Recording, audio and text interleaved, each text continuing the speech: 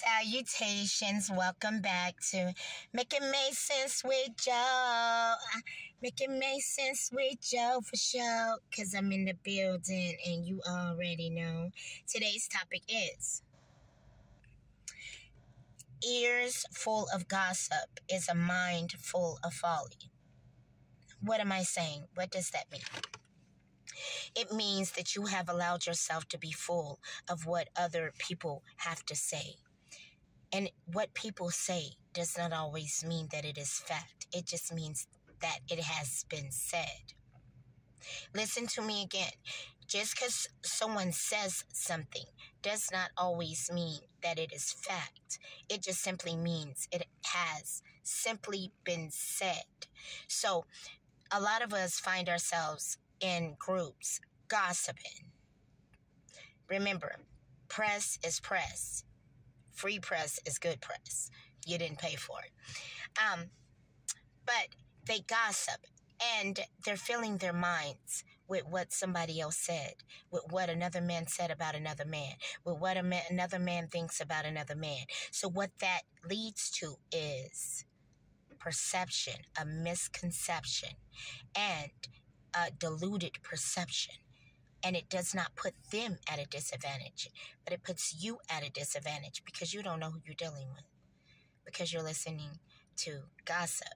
And then you might be lining someone up, and then you go over there and it all is folly because they didn't even know, or they incited and told you false information based on their dislike of a person, not based on the actual person's character.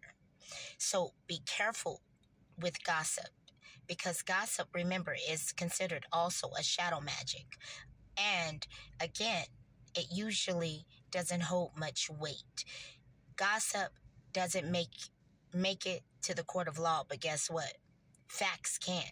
Facts is what gossip can get you to the court of law. Remember that snitches, they can say you did anything, but what's going to get you out of a lie is the brutal truth. So always shame the devil and tell the truth, because the devil is simply a lie and full of gossip. And guess what? Intermingled in craziness, which ends to each and every time folly.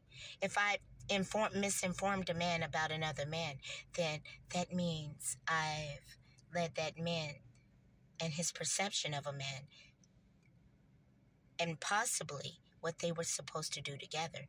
I've convoluted the greatness the world was to receive because I was afraid of that man speaking to that man. And now that man believes, and he's a weak man if he believes the mouth of another man. Always judge a man by the merit of the man, not by what someone says the man is. This is what I mean by gossip leads to folly, because it's misconception and it's a lack of, it leads to misconception of someone, and it provides a lack of perception as to who the person and the character of the person really is. So when someone goes to meet them and or whatever it may be, they have a different, they've conceptualized an entirely different person than who they're meeting. Then when they meet them, guess what they're going to do? Look back at you like you're a liar. Like you're a liar. Because that person is nothing like you said. You said this and this and this and this. But they're like this and this, but they're not like this and this and this and this. So you've exposed yourself as a liar, trying to make them look bad. Love who you are and stop trying to make other people look bad, and stop gossiping and leading people on to folly because you don't want to take accountability for who you are, or you want to be seen in a certain way. Work to be seen in that light. It's easier to become who you want to be than to break somebody else down because they are to be. Just saying though. Hopefully I made it make sense. Hopefully, God, I made it make sense. May it make sense for you. Yeah. And otherwise, if you got a different POV, drop it. Otherwise, enjoy your day. Goodbye, good riddance, says the good Lord. And I always speak and not preach.